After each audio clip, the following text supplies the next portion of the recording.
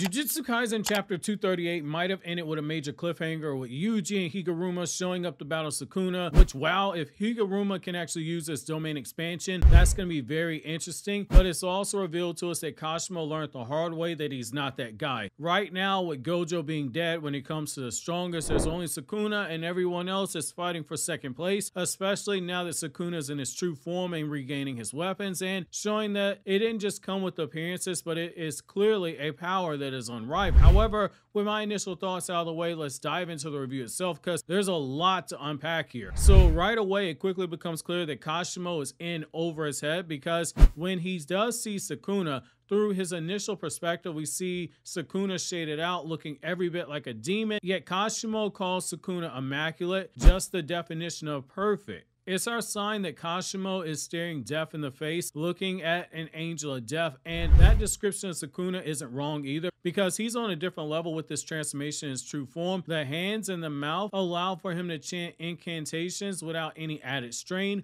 while leaving the rest of the body to function in the way that it normally does. However, I like the small details we get in the huge exposition dump that we have on Sukuna's form, because ever since we saw this first look at his Heian form on one of the manga covers, it showed him with 4 arms and a mouth on his stomach. That was always a suspicion of mine that the mouth on the stomach might serve for some type of a function like chanting for Sukuna, but learning there's no other strain on the lungs is interesting, and it makes Sukuna more of an interesting villain in my opinion. It makes more formidable. In fact, the narrator directly tells us that these extra limbs and mouth allow for a massive competitive advantage for Sukuna, and I love the decision to throw that in there for readers, because what it does is it allows Gege as a writer to subtly begin to start raising the stakes for readers. Like, you already know the stakes are high because Gojo's gone, and that was the best chance in the eyes of a lot of people in universe as well as among fans of the series for Sukuna to be taken down. And by introducing this information, it just makes Sukuna look like that much more of a menacing threat to deal with. It's like fighting a level 80 floor boss on a video game and you realize that the boss has only been using melee attacks and hasn't used any special weapons and hasn't used his full abilities yet. What's also interesting is the choice to show the flashback in the background and the decision to change the art style a little bit to more of a throwback, almost like it's a period piece, showcasing Sukuna wielding 2 weapons, which in the present timeline, he's only using 1 weapon, and he's just butchering everyone in the army that he's fighting back in the Heian era of Japan. Now, when we look at Sukuna's other weapon in the flashback, it's the one we saw on the manga cover way back when we first saw his form, and it's the same weapon that we don't see in present day, but will more than likely see being used at some point. That staff appears to bear some resemblance to the staff that exists in Asian culture in a few different places, in particular Hinduism. It reminds me of that Trishul trident that you see in Hinduism, which represents a whole bunch of different trinities. There are a lot of different ways you can apply it, and especially apply it to the world of Jujutsu Kaisen. So it represents one set of trinities being creation and maintenance and destruction. Another set of trinities that it represents is the past, present, and future, which both work to a degree with Sukuna, given that Sukuna is basically a god of destruction, and he's also someone who's transcended time by awakening in this modern era, something that Kashimo basically points out when he's talking about the fact that Sukuna was using his fingers as cursed objects. Now, that same staff can be associated with removing impurities of negativity, which is a interesting thing to actually look at, because a big part of the power system of Jujutsu Kaisen is cursed energy and negativity, they're linked. It makes you wonder what powers this staff that Sukuna is shown with actually have, because you don't tease something like this without a plan to cash in on it. Like, we saw his other weapon has the power to use lightning, so this staff has to have something special about it as well. It'll be interesting to see how Gege Akutami actually introduces this into the story. This is even more so likely the case, just given we're given a pretty lengthy rundown of what Sukuna has in terms of accomplishments and the people he's taken down during his heyday, including taking down powerful people directly reporting to the Fujiwara clan, which would have been some of the strongest sorcerer families during the Heian period. Similar to how the Zanin clan had their elite squad, the Fujiwara clan had the Sun, Moon, and Star Squad, a team of assassins that Takako Uro was a part of and was sentenced to death during this time. The 5 empty generals also equaled them and served directly with them, but Sukuna treated them like fodder and he killed them off, and based off what we're seeing, it looks like he did so alone, which that's what you'd expect from the sorcerer that was regarded by many as the strongest of all time. And what's interesting here is that we learned that Sukuna and Angel mixed it up at some point during this time period as well, which just adds another layer to the time that we had with Angel when she was in the manga. It makes you go back to that time when Angel was in the manga and view the chapters through a different lens now, especially given that Angel referred to Sukuna as the fallen one. So I do like the potential of us slowly getting more information about Sukuna during the time period where he was actually alive, potentially seeing everything that led up to his death. It's tackling that question that Geto gave to Gojo about why he's the strongest, and it's doing so in a different way. We're getting more tidbits about Sukuna's past slowly sprinkled in, and Gege is using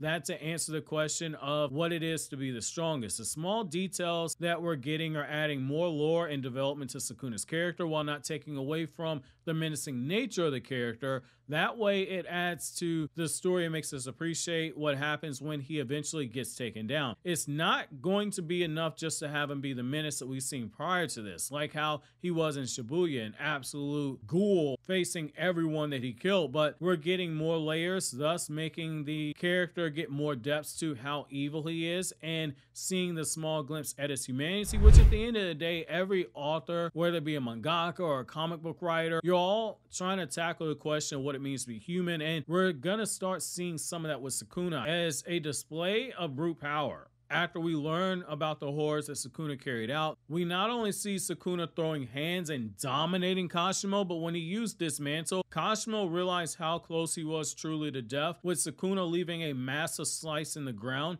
that would have killed him had it connected. And Sukuna, being the savage that he is, starts throwing Kashimo's words about love back in his face, saying that there used to be someone who tried to teach him about love and how it affects him being peerless. And he says that she'd have been better off talking to Kashimo and Gojo, which is ironically our first sign that Kashimo's about to be killed. What I also love about this sequence with Dismantle is it's pretty much a updated 2.0 version of the slash used to kill Gojo, and we see just how dangerous someone like Sukuna was when given access to the power of Maharaga, and now we see it with the slash. The calculation and the size is immense. The boy's cutting through space and reality. However, the sequence also shows some of the humanity for Sukuna, because Yorozu is obviously the person that Sukuna was referring to when talking about love, and we see the small signs that Gege is going to continue to explore that through the character of Sukuna, because it not only shows that he doesn't quite know what love is, but he doesn't actually understand it. He might have some vague idea of what love is, but he doesn't understand it. Gege is clearly showing us that what Gojo stated about Sukuna is coming to pass. There won't be anyone except for one person who will be able to use fists to reach Sukuna and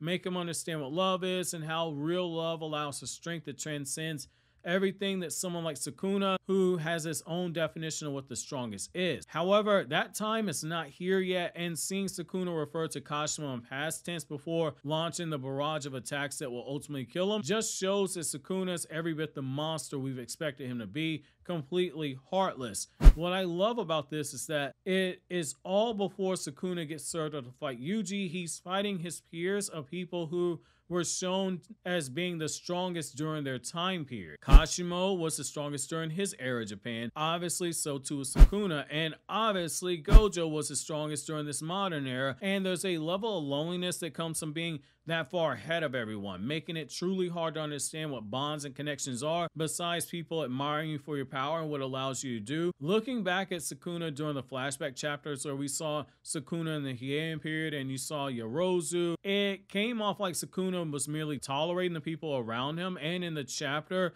it now low-key kind of confirms it. I think Gege is trying to drive home that Sukuna, because of how strong he is, there hasn't really been anyone, particularly during the time period where he was first alive, where someone who could relate to the gap in power being as large as it is between himself and everyone else. And because of that, they couldn't tell him what his emotions he was feeling were, and they couldn't tell him how he was supposed to feel. They didn't have that authority. They might have been able to say it, but he wasn't going to acknowledge what they were saying for that reason. Now, what's also interesting about this barrage of attacks is that the Kamatoke appears to give off the ability to teleport. Sukuna looks like he's teleporting to where the lightning is, and if that's the case, it's actually a really strategic use of the weapon. He already saw in the last chapter, it didn't matter if he used it on Kashimo because the lightning doesn't work on him. So now he's using the weapon in a creative way to set up a monstrous way to kill Kashimo by firing off a huge, giant, wide range of dismantles at Kashimo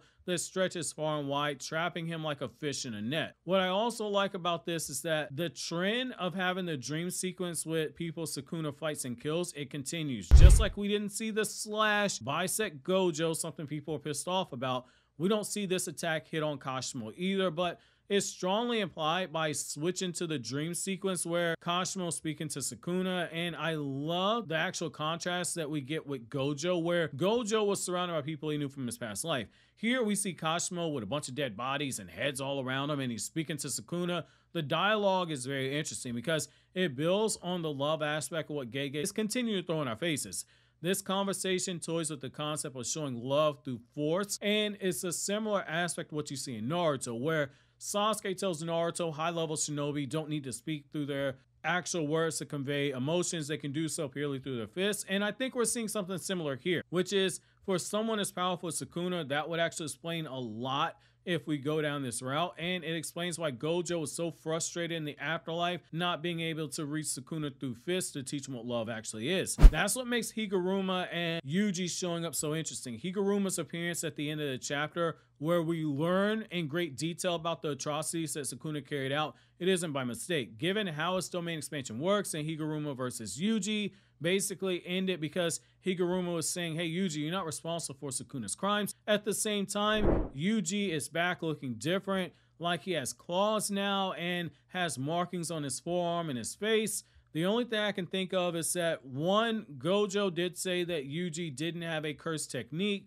but he pretty much said that Yuji would in time learn to use Sukuna's curse techniques, so that might be what's behind this appearance now that Sukuna's left his body. And the other thing is that we know Yuji was training during this short time skip before the Gojo versus Sukuna fight, so our boy clearly has something up his sleeves, which that's gonna be my question, you guys. What do you guys think is behind this change in appearance for Yuji Itadori?